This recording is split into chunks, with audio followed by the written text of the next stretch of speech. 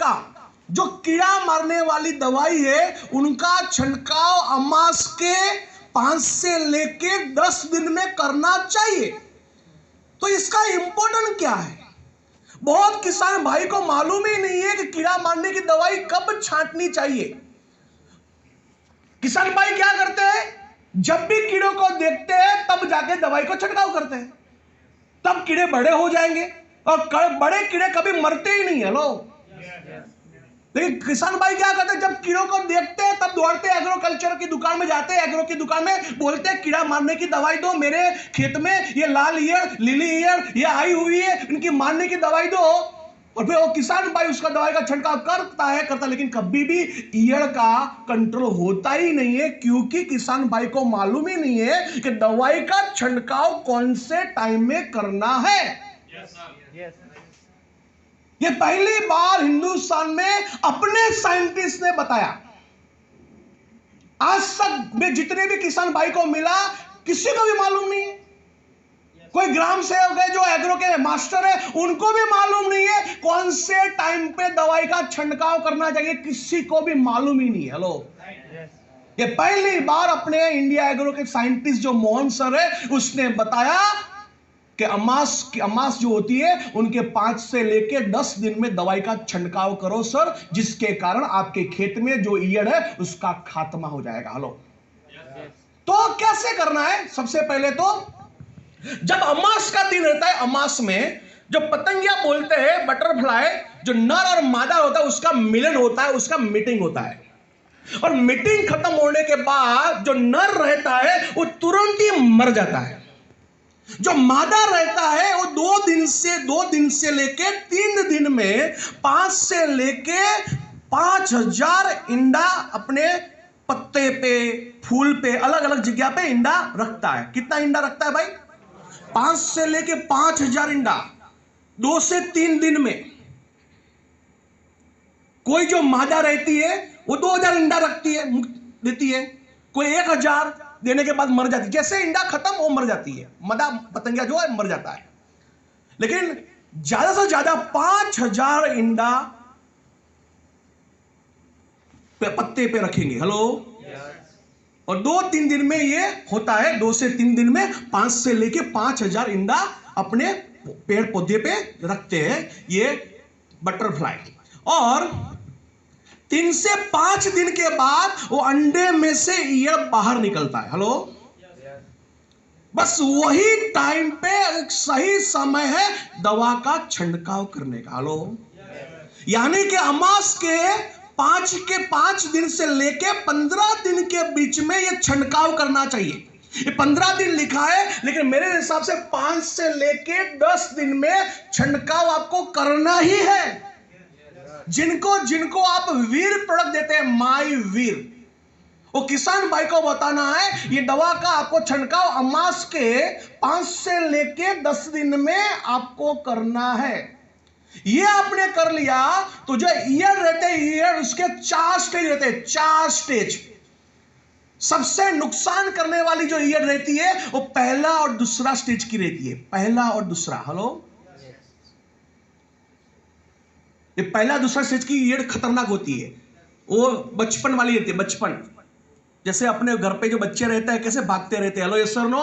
ये युवान बच्चे जो होते हैं वो कैसे भागते रहते हैं, ये युवान ईयर है। जो जुआन ईयर है जो खाते कम है लेकिन बगाड़ बहुत करते हैं। हेलो, और ये पहले दूसरे स्टेज की ईयर का हमने खात्मा कर लिया तो वंश वेला जो था वहीं पे खत्म हो जाएगा। हेलो, तो हमको तीसरे चौथे स्टेज की ईयर को हमारी प्रोडक्ट खात्मा नहीं करती है। कोई पूछे आपकी जो प्रोडक्ट है, जो ईयर के 4 स्टेज रहते हैं, 4 स्टेज में कौन से स्टेज की ईयर को खत्म करती है, तो आपको मालूम होना चाहिए पहला और दूसरा स्टेज की ईयर को खत्म करता है। तीसरे चौथे ईयर जो स्टेज रहते हैं उसको खत्म नहीं करती है। ये बड़े बड़े ईयर हो जाते हैं, वो कुछ काम के भी नहीं है। हेलो, जो है पहले दूसरे स्टेज की ईयर को मारना है। Hello, yes sir no. तो ये दवाई छांटने का सही समय कौन सा है? 5 से लेके 10 दिन को पकड़ लीजिए। राइट। और जो एक पतंगिया रहता है उसका आयुष्य कितना रहता है? 21 दिन से लेके 45 दिन का आयुष्य रहता है।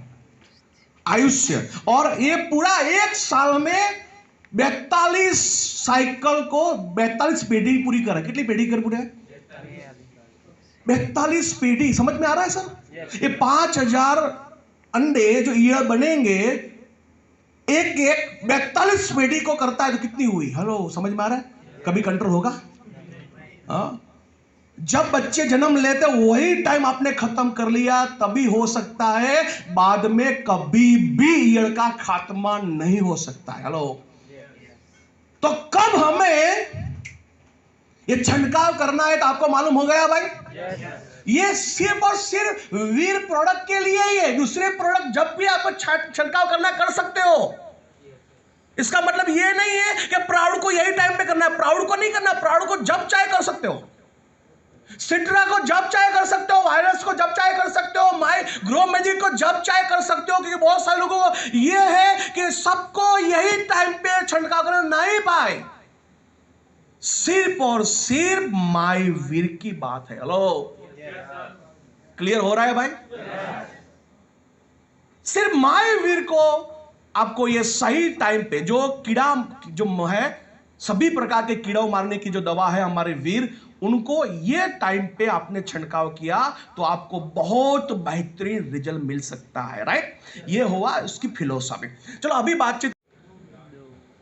2 बैग, यानी कि एक बैग में 2 किलो, टोटल कितना किलो डालना है? 4 किलो। राइट? 1 एकड़ में 4 किलो। बहुत सारे लोग क्या करते हैं, एक ही डालते हैं 1 एकड़ में। अरे भाई, 1 एकड़ में बोला गया है, वैज्ञानिक ने, साइंटिस्ट ने 2 थैली को डालना है भाई। हाँ, आप 1 बीघा में करवाते हैं प्लानिंग। कितना में? बीघा मालूम है ना भाई? आप 1 बीघा में प्लानिंग कराते हैं तो 2 किलो ठीक है, लेकिन कंपनी के सिस्टम से हिसाब से हमें एकड़ में ही काम करना है। लेकिन आपको स्टार्टिंग में ऐसा लगता है कि वो किसान भाई नहीं लेगा, तो मेरे को 1 बीघा में ही प्लानिंग करना है, तो 1 बीघा में आप 2 किलो का थैली, पौना 2 बीघा में नहीं डालना है, मतलब 1 बीघा के अंदर उसमें 1 थैली चलेगा। हेलो, लेकिन कंपनी का हिसाब किताब कौन किस में है? एकड़ में। क्योंकि ये बीघा का जो मापन है सब अलग जगह पे अलग अलग है। बहुत जगह पे 1.5 बीघा बराबर 1 एकड़ है, किसी में 2 बीघा बराबर 1 एकड़, किसी में बोलते 2.5 बीघा बराबर 1 एकड़ है। क्योंकि ये पहले के जमाने में अलग अलग जगह पे बीघा का जो माप था वो अलग अलग था। हेलो, इसलिए हमें माप करना है एकड़ में। हेलो, लेकिन आपको 2 किलो का थैली डालना है तो क्या कर सकते हैं आप? 1 बीघा में, 1 बीघा में 2 किलो का डालना है तो 1 बीघा में पकड़िए। एकड़ में पकड़ते हैं तो आपको कम से कम 2 थैली तो डालना ही पड़ेगा, और अपने को 1 एकड़ का ही पकड़ के चलना है। Hello, right? और जो 12 पाक रहता है उनमें कितना चाहिए भाई? 8 किलो हर 6 महीने में। Hello, right? ये है। और अपनी जो प्रोडक्ट है, आपको यह जानकारी होनी चाहिए, अपनी प्रोडक्ट जैविक है, ऑर्गेनिक है। तो भारत सरकार की एक संस्था है जिसको बोलते हैं एपेडा। ये एपेडा करके आप वेबसाइट में डालेंगे तो उसमें भी अपना माई लाइफस्टाइल का नाम लिखा आपको मिलेगा, क्योंकि ये एपेडा के द्वारा अपनी जो प्रोडक्ट है उनको जैविक का सर्टिफिकेशन मिला हुआ है, जिसको बोलते हैं NPOP। हेलो, कोई बोले आपकी प्रोडक्ट जैविक है, उसकी क्या गारंटी? तो उसको बोल सकते हो, अपनी जो भारत सरकार की संस्था है एपेडा के माध्यम से अपनी प्रोडक्ट को NPOP करके सर्टिफिकेशन मिला है, जिसके कारण ये अपनी जो प्रोडक्ट है वो जैविक है। क्लियर हो रहा है? और दूसरा, हमें इकोसर्व करके एक सर्टिफिकेट मिला है जर्मनी का। जर्मनी जानते हैं? जर्मनी इंटरनेशनल लेवल का सर्टिफिकेट मिला जर्मनी का, जिसका नाम है इकोसर्व, जिसके कारण ये सारे के सारी प्रोडक्ट पूरी दुनिया में आप किसी भी देश में दे सकते हो। हेलो, जैसे हमारी आयुर्वेदा प्रोडक्ट है, दूसरा है ऑर्गेनिक।